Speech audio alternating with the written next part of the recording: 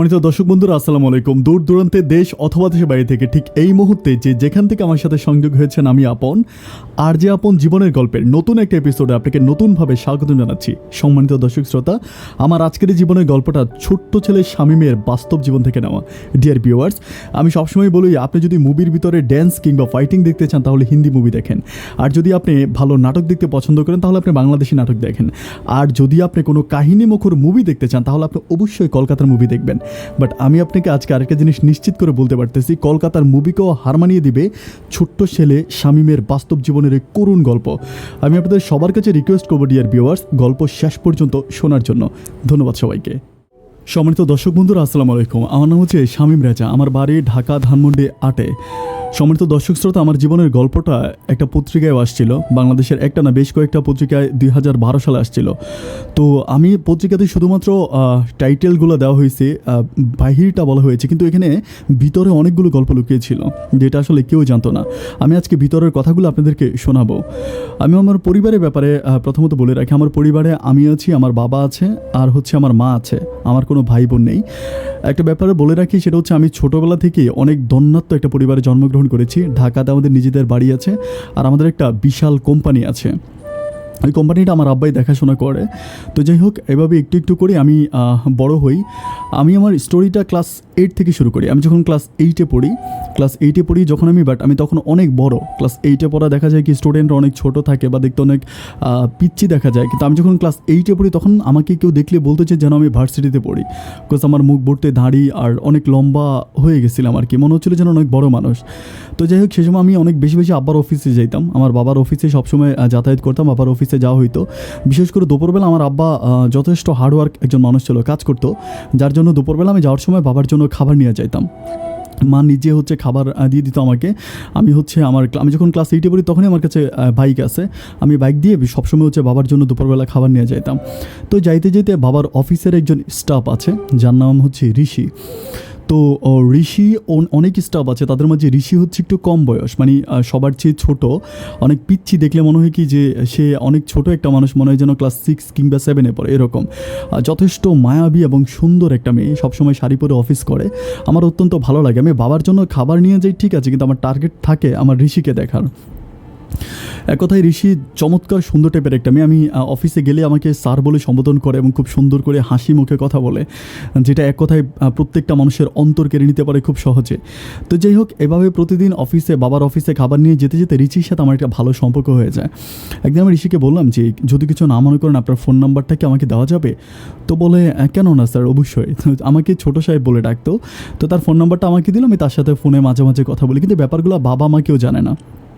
দেখা গেল কি যে সকালবেলা যদি বাবা লাঞ্চ নিয়েও যেত, তা আমি দুপুরে মাকে বলতাম যে মা, বাবার জন্য স্পেশাল কিছু একটা বানিয়ে দাও যেটা আমি অফিসে গিয়ে বাবাকে দিয়ে আসবো। তো মা অনেক সময় বাবা ভর্তা খেতে পছন্দ করতো, অনেক সময় মা শুটকি ভর্তা বানাইতে, ভর্তাটা নিয়ে আমি অফিসে যাইতাম। মানে আমার রিজন ছিল আমি অফিসে গিয়ে ঋষিকে দেখবো, এই টার্গেটে আমি অফিসে যাইতাম। তো যাই হোক, এভাবে যেতে যেতে ঋষি সেদিন আমাকে ওর ফোন নাম্বারটা দিল। ফোন নাম্বারটা দেওয়ার পরে আমি তার সাথে কন্টিনিউ কথা বলি, মানে প্রতিদিন রাতের বেলায় তার সাথে কথা বলি, সকালে কথা বলি। আমি আসলে সবসময় বেশিরভাগ সময় ফ্রি থাকি, আর আমার মা বাসার কাজ থেকে শুরু করে কাজের মেয়েরা আছে, ওরাই সবগুলো কাজ করে। তো যার জন্য আমার হাতে প্রচুর পরিমাণ সময় থাকে, ওই সময়টা আমি শুধুমাত্র ঋষিকেই দিই। তো কথা বলতে বলতে তার সাথে আমার একটা ভালো লাগা ভালোবাসা কাজ করে। একদিন আমি ঋষিকে বললাম যে ঋষি, আমি তোমার সাথে একটু দেখা করব। তো আমাকে বললো যে আমি তো অফিস থেকে ছুটি নিতে পারবো না, আপনি যদি দেখা করতে হয় আমাকে সাথে অফিসেই দেখা করতে হবে। তো আমি বললাম যে আমাদের আবার অফিসটা কিন্তু একটা মাল্টিপারপাস কোম্পানি, বিশাল অফিস, ওখানে অনেক রুম আছে, গেস্টের রুম আছে, তারপরে হচ্ছে অনেক রুম আছে, হ্যাঁ, তারপরে হচ্ছে ওরা যে খাওয়া দাওয়া করে দুপুরবেলায় স্টাফদের রুম আছে, অনেক রুম আছে। তাই আমি বললাম যে একটা রুমের মধ্যে আমি তোমার সাথে একটু নীরবে কথা বলতে চাই, কারণ সে আমাকে বাইরে সময় দেয় না, যে তার বাইরে সময় নেই। সবসময় একটা কথাই বলে যে বাইরে আমার পক্ষে সময় দেওয়া সম্ভব না, কারণ হচ্ছে আমি অফিস করে যে সময়টা পাই সেই সময়টা বাসায় গিয়ে রান্নাবান্না করে খাওয়া দাওয়া করতে করতে আমার রাত হয়ে যায়। এভাবে যেতে যেতে হাঁটি পাপা করে আমি একদিন তাকে বললাম যে ঠিক আছে, আমি আজকে তোমার সাথে অফিসে এসে দেখা করব। তো সে বলে আচ্ছা ঠিক আছে, তাহলে আপনি অফিসে আসেন। তো আমি অফিসে যাওয়ার পর আমি তাকে বলি যে আমাদের যে সিকিউরিটি ছিল হায়দার ভাইকে বলি যে হায়দার ভাই, একটা রুম একটু সুন্দর করে সাজুগুজু করে রাখেন। তো বলে আচ্ছা ঠিক আছে। তো উনি একটা গেস্টের রুম অনেক সুন্দর করে পরিষ্কার পরিচ্ছন্ন করে রাখে। আমি সেই রুমে হচ্ছে ঋষিকে নিয়ে যাই। আর ঋষিকে নিয়ে আমার মনে আসলে কোনো খারাপ কোনো চিন্তাভাবনা নাই যে আমি ওর সাথে খারাপ কিছু করবো বা ওরকম কোনো কিছু আমার মনে নাই। আমার শুধু একটাই টার্গেট, ওকে নিয়ে আমি রুমে যাবো, ওর সাথে বসে আমি কথা বলবো, আর হ্যাঁ আমি তাকে প্রেমের প্রস্তাব করব, এইটা ছিল আমার মূল টার্গেট। যাই হোক, ও যখন রুমে আসার পরে আমার অনুভূতিটা ছিল অন্যরকম, আমি আসলে ভাষায় প্রকাশ করতে পারবো না। আমার কাছে মনে হচ্ছে এই জীবনে কখনো মানে আমার এই জীবনে প্রথম কোনো মেয়েকে ঘরের ভিতরে ঢুকিয়ে আমি ঘরের দরজা লাগিয়েছি, এটা হচ্ছে ফার্স্ট কথা। তাকে আমার এক দেখায় আমি আসলে ঋষির প্রসঙ্গে যদি আপনাদেরকে বলতে চাই, ঋষি দেখতে কিছুটা মানে কলকাতার নায়িকা কোয়েলের মতো ছিল, কোয়েল মল্লিকের মতো ছিল ওর চেহারাটা, অসম্ভব সুন্দর ছিল। আমার মনে হয় কি কোয়েল মল্লিকের মতো কিছুটা দেখতে, বাট কোয়েল মল্লিকের আরও বেশি সুন্দর তার চেহারাটা, তার চোখে মুখে অসম্ভব মায়া ভালোবাসা। তো যাই হোক, রুমে আসার পরে আমি ঋষিকে বললাম যে বসো, বসলাম, আমিও বসলাম। বসার পর আমি বললাম যে ঋষি, আমি আজকে দীর্ঘদিন ধরে তোমার সাথে কথা বলি, যে প্রায় 3-4 মাসের মতো কন্টিনিউ কথা বলি, তুমি কি কোনো কিছু বুঝো না? তো আমাকে বললাম আমি কী বুঝবো বলেন, আপনি আমার বস, আপনি আমাকে ফোন করতেই পারেন। তাই আমি বললাম এমন কোনো রুলস কি বাংলাদেশে আসে যে বস রাতের 1টা বাজে কল দিতে পারে? তো বলে যে না। আমি বলি তাহলে আমি তো রাত 1টা বাজে তোমাকে কল মানে আপনাকে কল দিই, তাহলে এই ব্যাপারটা কেন হচ্ছে বা কীভাবে হচ্ছে, মানে আমি তখন তুমি করে সম্বোধন করি, তোমার মাথায় কি কোনো কিছু আসতেছে না?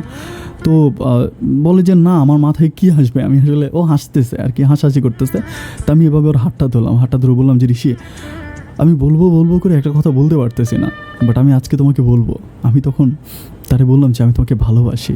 তখন আমার মুখের দিকে তাকিয়ে বলতেছে, স্যার আপনারা কোন ক্লাসে পড়েন? আমি বললাম কেন, ক্লাস 8-এ পড়ি।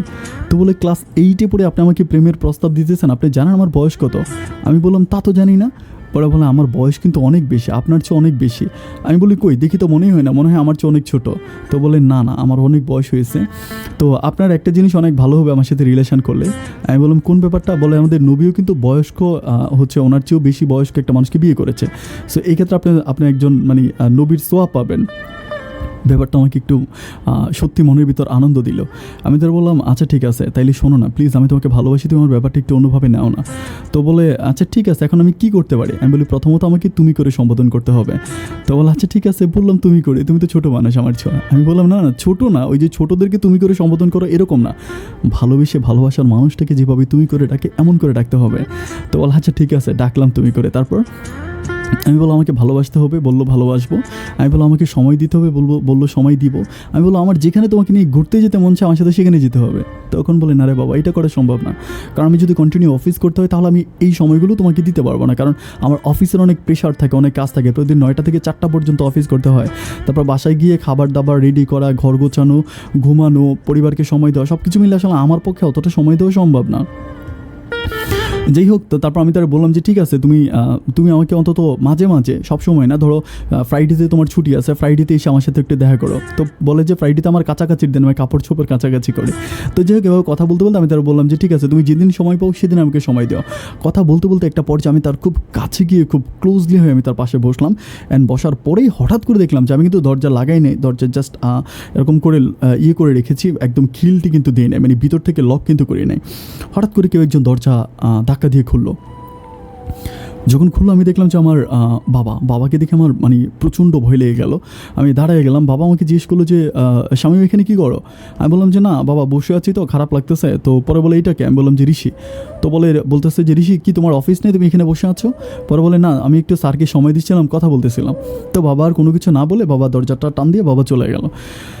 যাই হোক, অনেক বড় বিপদ থেকে মনে হয় বেঁচে গেলাম। আমি বললাম যে না বাবা, এখানে আর মোটেও তোমার সাথে থাকা সম্ভব না, তুমি বের হও। দুজনে বের হয়ে ওকে আমি অফিসের মধ্যে বসাই দিয়ে আমি চলে আসলাম। হাঁটি হাঁটি পাপা করে আমার সম্পর্কটা এত গভীরে চলে গেল, আমি আসলে বুঝতেই পারি নাই কতক্ষণ যে মনের অজান্তে মেয়েটাকে আমি এত বেশি ভালোবেসে ফেলেছি, আমি কাউকে বুঝাইতে পারবো না। তো যাই হোক, একদিন এভাবে যেতে যেতে হঠাৎ করে একদিন সে আমাকে রাতের বেলায় ফোন দিয়ে একটু কান্নাকাটি করতেছে। বাট আমার সম্পর্কের প্রায় তখন 7 থেকে 8 মাস হয়ে গেছে, দুজনের মাঝে অনেক গভীর সম্পর্ক। তো কান্নাকাটি করতেছে। আমি বললাম যে কান্নাকাটি কেন করতেছো, কী হয়েছে আমাকে বলো। পরে বলা যাবে না, আমার একটা বড় ধরনের সমস্যা হয়েছে। তাই আমি ভাবলাম যে তার টাকা পয়সা লাগবে। আমি বলি তোমার টাকা পয়সা লাগবে? টাকা পয়সার তো আমার কাছে অভাব নাই, বলো কত টাকা লাগবে। পরে বলে কেন, আমি কি বেতন পাই না? ও কিন্তু ভালো টাকা স্যালারি পায়। বলে আমি কি তোমার কাছ থেকে টাকা চেয়েছি? আমার অন্য সমস্যা। তো আমি বললাম যে অন্য সমস্যা, কী সমস্যা আমাকে বলো। তো বলে আমি আসলে কীভাবে বলবো ঠিক বুঝতে পারতেছি না। আমি বলি না বলো না, কোনো প্রবলেম নেই, তুমি আমাকে ভালোবাসো, আমি তো তোমাকে ভালোবাসি, তাহলে বললে সমস্যাটাকে আমাকে বলো। তো আমাকে বলতেছে যে একটা ছেলে আমাকে প্রচুর পরিমাণ বিরক্ত করে, এত বিরক্ত করে আমি আসলে বলে বুঝাইতে পারবো না। তাই বললাম তার মানে তোমাকে বিরক্ত করে তুমি এটা আমাকে কেন বলো না? পরে বলে যে আজকে তো বললাম ছেলেটা আমাকে অনেক বিরক্ত করে। তাই বললাম আচ্ছা ঠিক আছে, বিরক্ত করলে ব্যাপারটা আমি দেখবো। পরে বলে আরেকটা প্রবলেম আছে। আমি বললাম কী প্রবলেম? বলে ছেলেটা আমার সাথে মাঝে মাঝে ফোনে কথা বলতে একদিন আমি তার সাথে ভিডিও কলে কথা বলেছিলাম। তো যখন ভিডিও কলে কথা বলেছিলাম তখন সে অনেক কিছু মানে আমি তাকে ছবি দিয়েছিলাম, ভিডিও কলে আমি তাকে ছবি দিয়েছিলাম। তো ও ছবিগুলো হচ্ছে এডিট করে খুব খারাপভাবে আমাকে আবার দিছে। তো বলতেছে আমি যদি তার সাথে রিলেশনটা কন্টিনিউ না করি তাহলে এই ছবিগুলো সে নেটে ছেড়ে দেবে, আমাকে ব্ল্যাকমেল করতেছে বিভিন্নভাবে। তাই বললাম ঠিক আছে, ছবিগুলো তোমার কাছে আছে না? বলে আছে। আমি বললাম যে দাও, তুমি আমাকে ইমোতে দাও। তখন সে আমাকে ছবিগুলো দিল, অ্যান্ড ছবিগুলো আমি সব ছবি দেখলাম।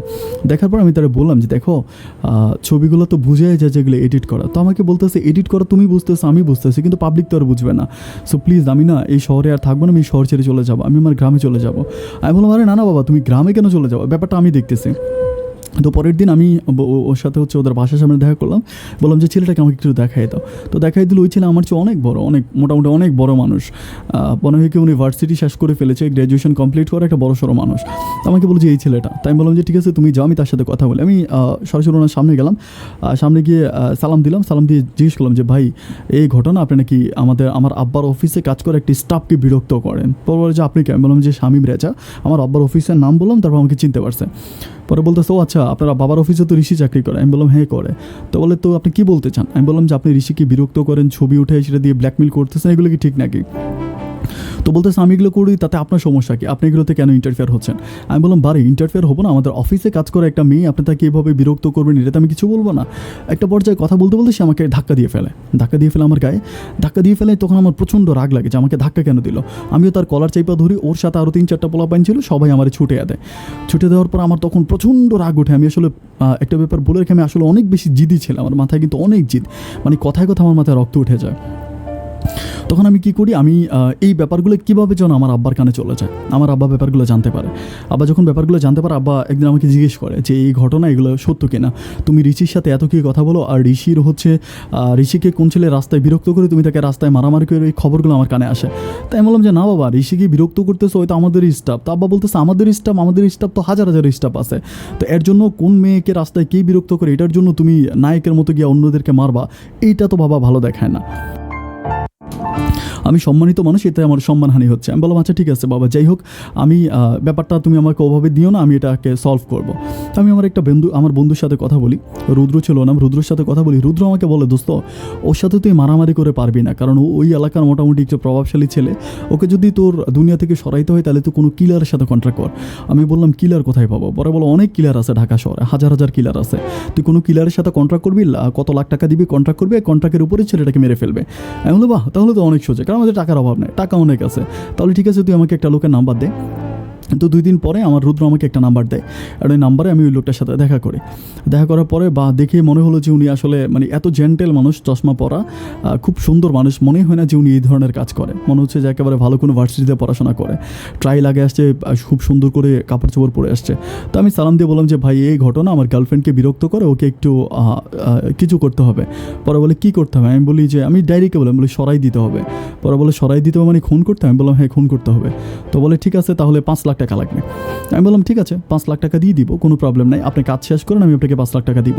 তুমি বলে প্রথমত 2 লাখ টাকা দিতে হবে, অ্যান্ড বাকি টাকা পরে দিতে হবে কাজ শেষ হওয়ার পরে। আমি বললাম আচ্ছা ঠিক আছে। তো আমি 2 লাখ টাকা ওনাকে বলি যে আমি 2 লাখ টাকা দিব, এর পরের দিন বাসায় এসে টাকা ম্যানেজ করি, বিকজ আমার কাছে টাকা প্রথম থেকে আছে। আমি কখনো আমাদের পরিবারে দেখা গেল কি সবচেয়ে বেশি আমি জানি আব্বা কোথায় টাকা রাখে, আম্মা কোথায় টাকা রাখে। আমি মাঝে মাঝে আব্বার ডয়ার থেকে 50,000 1 লাখ টাকা নিয়ে যায়, কিন্তু তাদের কোনো খোঁজখবর থাকে না। তো আমি সেদিন মায়ের ডয়ার থেকে 2 লাখ টাকা নিই, এটা কিন্তু মা বুঝতে পারে না ডয়ারের একের মধ্যে টাকা রাখা। ওখান থেকে 2 লাখ টাকা নিয়ে আমি ছেলেটাকে দিই, অ্যান্ড দেওয়ার পরে উনি বলে যে খুন করবে, এটা বলে আমার কাছ থেকে টাকাটা নেয়। কিন্তু দেখা গেল যে 1 সপ্তাহ হয়ে গেছে, আমি এই ছেলেকে দেখতেছি মহল্লায় ঘুরতেছে। আমি রুদ্রকে জিজ্ঞেস করি কিরে তোর বড় ভাই তো খুন করলো না, বড় ভাইয়ের নাম্বারে কল দেই, কল ঢুকে না।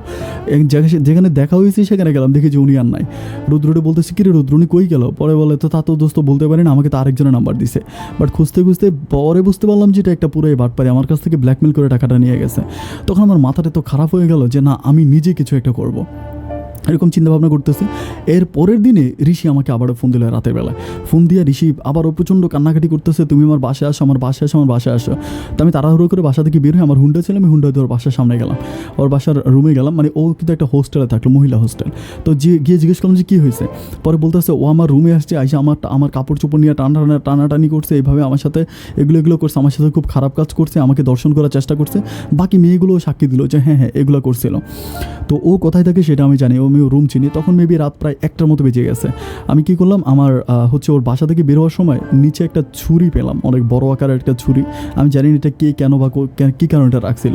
আমি ছুরিটা আমার পিছনে, আমার গেঞ্জির পিছনে ঢুকে আমি সরাসরি ওর বাসায় গেলাম। বাসায় যাওয়ার পরে কলিং বেল টিপলাম। কলিং বেল টিপার পর উনি দরজা খুললো। দরজা খোলার পর আমি ভিতরে ঢুকলাম। ঢোকার পরে আমাকে জিজ্ঞেস করলো তুমি এখানে? আমি বললাম যে আপনার সাথে আমার কথা আছে। তো বলে যে কিসের কথা আছে? আমি বললাম যে আপনি সবসময় আমার গার্লফ্রেন্ডকে বিরক্ত করেন, ব্যাপারটা তো ঠিক দেখে না। তো বলে তোর গার্লফ্রেন্ড মানে তুই এটা পিচ্ছি পোলা, তোর কিসের গার্লফ্রেন্ড?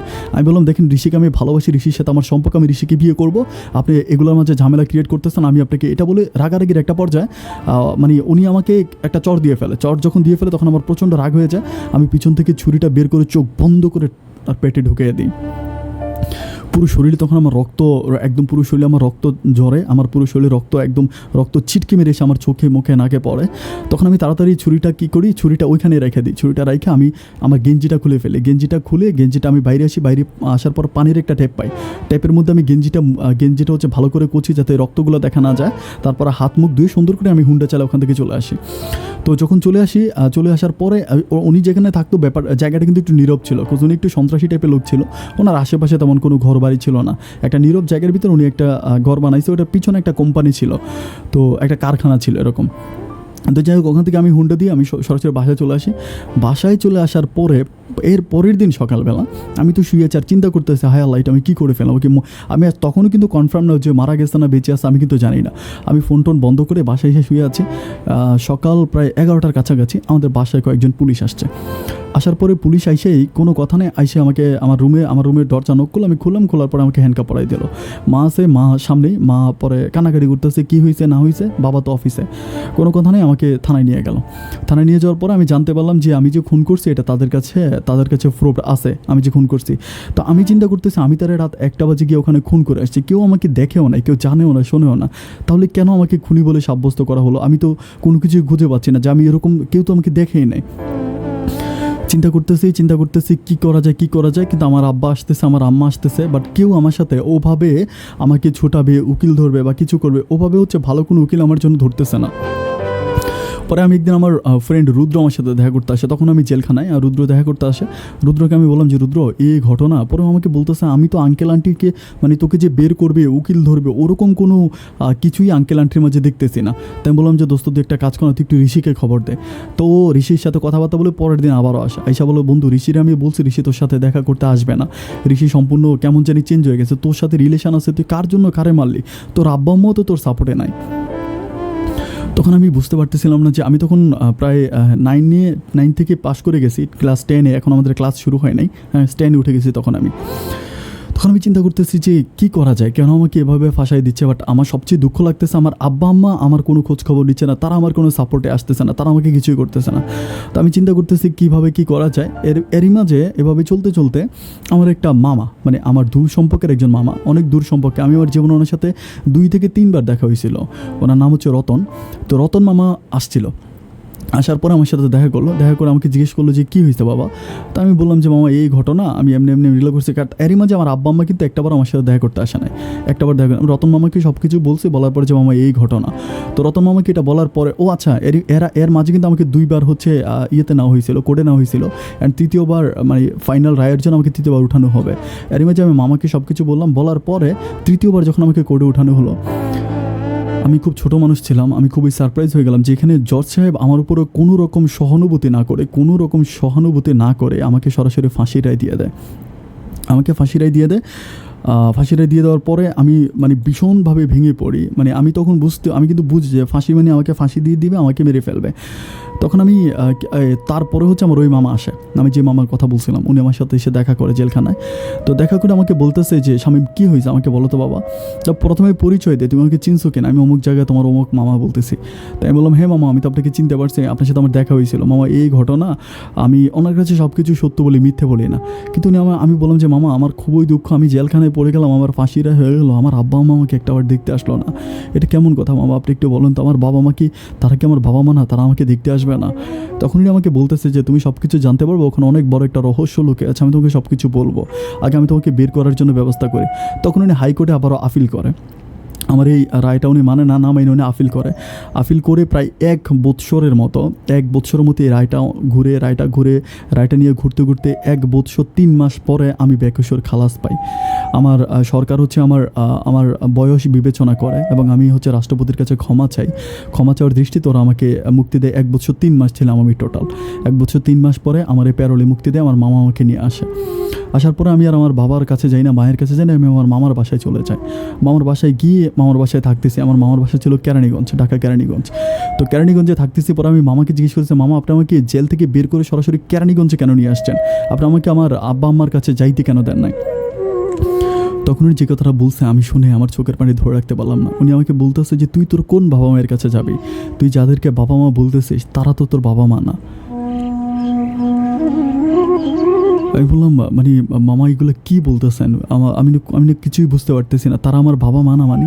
পরে বলতেছে তারা তোর বাবা মা না, তাহলে তুই মূল ঘটনা এখন আমার কাছ থেকে শোন, তোর সাথে যা কিছু হয়েছে এগুলো সম্পূর্ণ তোর বাবা মা জেনে শুনে তোর সাথে ঘটাইছিল। আমি বলি মানে আমাকে জেনে শুনে ঘটাইছিল মানে? পরে বলে ওরা ঋষিকে কন্ট্রাক্ট করেছে তোকে ব্ল্যাকমেল করার জন্য, তোর এই রিলেশনের ব্যাপারটা তোর বাবা মা সবাই জানে।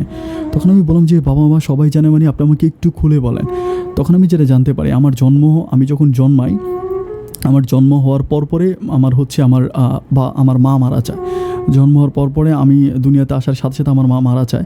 তো আমার মা মারা যাওয়ার পরে আমি আমার বাবার কাছে থাকি। আমার বাবা ছিল, আমার বাবা আমাকে 8 মাস পর্যন্ত বাবার কাছে থাকার পরে আমার বাবা আরেকটা বিয়ে করে, মানে এখন যে মা আছে আমার সেই মাকে আমার আব্বা বিয়ে করে। তখন আমার 8 মাস অবস্থা বাবা বিয়ে করে। কিন্তু বিয়ে করার পরে আমার আব্বার এই যে কোম্পানিটা এখন আছে ঢাকা শহরে অনেক নামি একটা কোম্পানি, আমি নাম না বলি, ওই কোম্পানিটা ছিল আমার আব্বার কোম্পানি। তো এটা জানার পরে যখন আমি হই তখন আমার সৎ মা তার মামাতো ভাইকে দিয়ে আমার আব্বাকে খুন করায়। আমার আব্বাকে উনি নিজে মারে, আমার মামাতো ভাইকে দিয়ে আমার আব্বাকে নিজে মারে। কিন্তু আব্বার ওয়ারিশ সূত্রে সেই সম্পত্তির মালিক আমি। ছোটোবেলা থেকে আমার মা আমাকে একটু ভালোবাসতো, এটা সত্য, ভালোবাসা দিয়েছে, এটা আমি অস্বীকার করবো না। কিন্তু ছোটোবেলা থেকে উনি আমাকে মারতো না, আমাকে যত্ন করতো, আমাকে যত্ন করে রাখতো। বাট আমার যখন 18 বছরের উপরে হয়ে গেছে তখন তার মাথার ভিতরে এই জিনিসটা চলে আসছে যে ও তো এখন সয় সম্পত্তির মালিক হয়ে গেছে, যে তোর বাবার পিতৃসূত্রে ও মালিক। তখন থেকে তারা বিভিন্নভাবে আমাকে তাবিজ করতো, আমার গায়ে হাত তুলতো এবং অনেকভাবে আমাকে মারারও চেষ্টা করছিল, বাট তারা সাকসেস হয় না।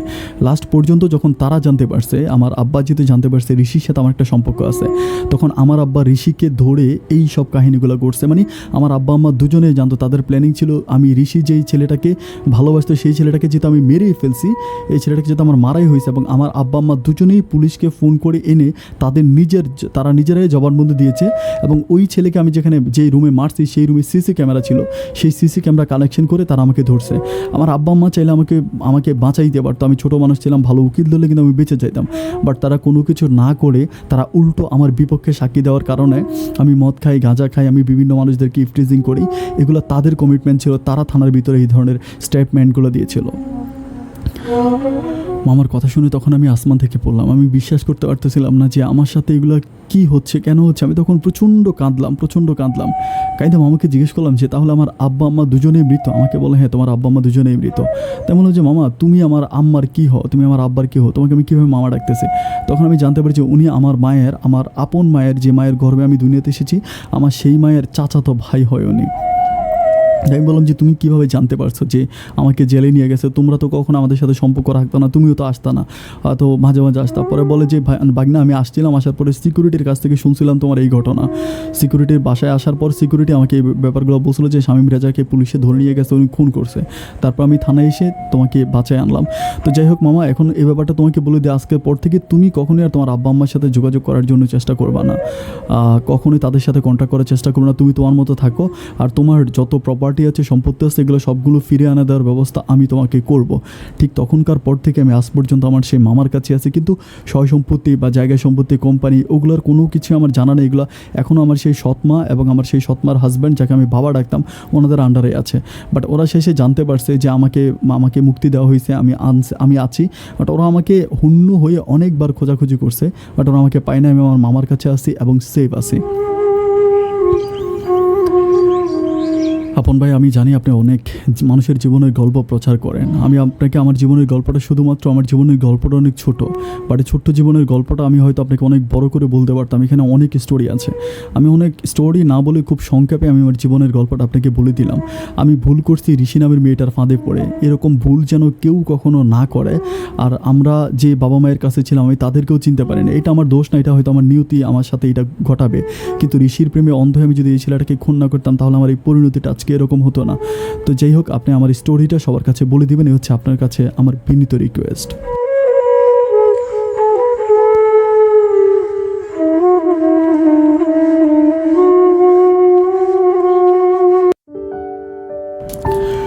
সমস্ত দর্শক বন্ধুরা, সবাইকে অনেক বেশি ধন্যবাদ এতক্ষণ পর্যন্ত আমার সাথে ফুল স্টোরিটা শোনার জন্য। এই জীবনের গল্প থেকে আমরা যেটা শিখতে পারলাম সেটা হচ্ছে, আপনি খুব ভালো করেই জানেন, আমি কিছু কথা বলবো, সেটা হচ্ছে সম্পূর্ণ নিয়তির খেলা। আল্লাহ মাঝে মাঝে এমন কিছু করে ফেলে যেটা হচ্ছে আল্লাহ কর্তৃক হয়ে থাকে। শামীম রেজার সাথে যেটা হয়েছে, জন্মানোর সাথে সাথে তার বাবা মারা গেছে এবং মা মারা গেছে, এবং তার যখন 8 মাস বয়স, অনলি 8 মাস, সে তার বাবাকে হারিয়েছে। তার মানে তার বাবা মা দুজনের কথাই তার মনে নাই। 8 মাসের একটা বাচ্চা আসলে তার স্মৃতি মনে রাখার কোনো প্রশ্নই আসে না, এগুলো মনে রাখবে না। কিন্তু তারা তাকে ভালোবেসে, তারা চাইলে তাকে ছোটোবেলায় মেরে ফেলতে পারতো। তার মা ছোটোবেলায় হচ্ছে একটু লবণ খাওয়াই দিলে কিন্তু সে মরে যেত। বাট তাকে না মেরে কেন এত বছর পর্যন্ত বাঁচায় রাখছে, এবং বাঁচায় রাখার পরে এই টাইমে এসে কেন তাকে মারতেছে? যদি তার বাবা মায়ের সাথে কথা বলতাম, তাহলে হয়তো আমি ডিটেলস ব্যাপারটা জানতে পারতাম। তো আমি তার বাবা মায়ের সাথে কথা বলিনি, এটা ছিল তার বক্তব্য। শুধু তার বক্তব্য শুনে আমি আপনাদেরকে পুরো স্টোরিটা শোনালাম। এবং ওইটা হচ্ছে 2012 সালে এটা পত্রিকায় আসছিল যে কিশোর ছেলে হাতে খুন, ওর ছবিও পেপারে আসছিল। তো যাই হোক, এখন আমি সবার কাছে রিকোয়েস্ট করি যে গল্প থেকে যেটা শিখেছেন সেটা আপনার ভবিষ্যতে মনে রাখবেন। আর আপনের সাথে থাকবেন। অন্য কোনো দিন অন্য কারো জীবনের গল্প নিয়ে আমি আবারও আমার জীবনের গল্প অনুষ্ঠানে হাজির হয়ে যাব। সবাই অনেক ভালো থাকবেন, সুস্থ থাকবেন। আসসালামু আলাইকুম।